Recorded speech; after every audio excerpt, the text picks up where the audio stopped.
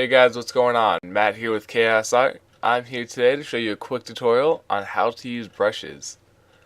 You may be saying to yourself, well, I already know how to use brushes, but I don't really understand how to install brushes, or I don't understand how to manipulate brushes to be different. This is basically what it'll be, is installing and manipulating.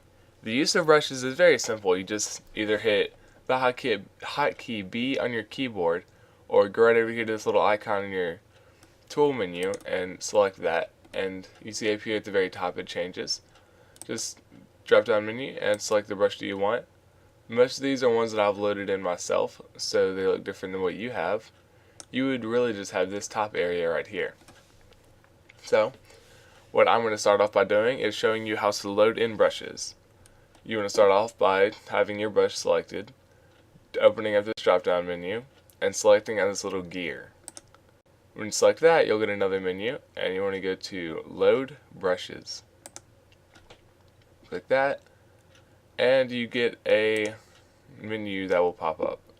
So mine are saved to my downloads, so I'm going to scroll down until I get to Brushes, which are right here. And on the Mac, this is what the brush icon looks like. It also looks the same on Windows, it's just the Mac menus are a little bit different. But I'm going to go ahead and I'm going to, which ones do I want to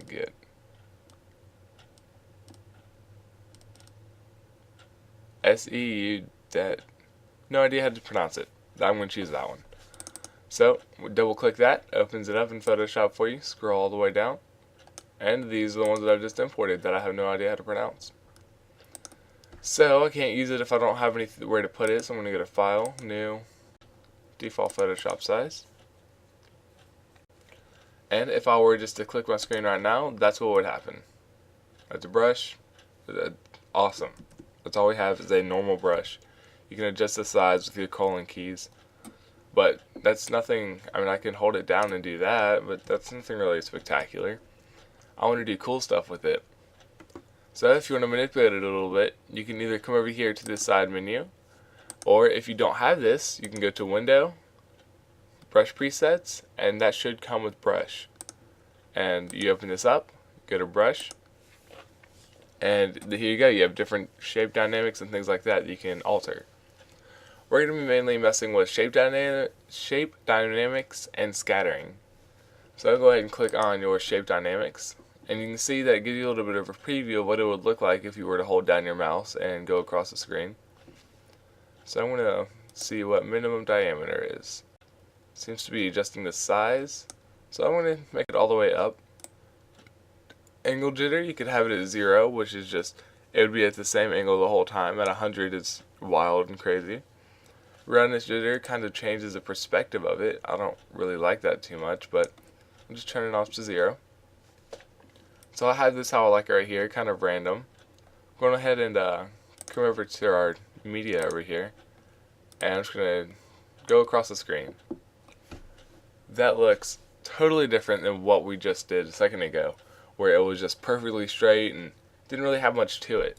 So if you're trying to make like a really good grunge, this is a very good technique to use to make something very grungy. There you go. It just looks like an old piece of stone. But I'm going to go ahead and undo that. Don't want that on the screen. Go back over to your brushes. I'm going to click on scattering this time, also with shape dynamics. So now you can adjust your count and add more or less. I'm going to have mine on 1 to have as least as possible. And then count jitter, and that just alters with how many count. If you had a higher count, you could do count jitter. It makes it more random. So I'm going to turn that back down to 1. All of these can be controlled with the tablet. If you have pin pressure option, sorry, I'm sick, or like fade, pin pressure, pin tilt, stylus wheel, rotation, all those can be adjusted. So if you had a tablet connected, you could choose pin pressure and it would adjust by how hard you're pressing down your pin. I'm using a mouse at the moment, so I'm just going to turn that off. All of these have that option with control. So what we're going to do, now that we have it a little bit more wild, I'm just going to click and go across the screen. You see now it didn't even make a line, it was just totally random. That's one of the more use techniques with this brush when you're trying to make a grunge texture or something just sporadic like clouds or something like that. It's very useful.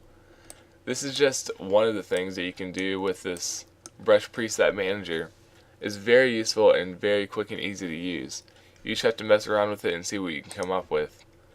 And just remember, if something doesn't look right, just check this brush menu and see if you have anything selected that shouldn't be selected. Thanks for watching, guys. Let me know what you think in the video description, comment area.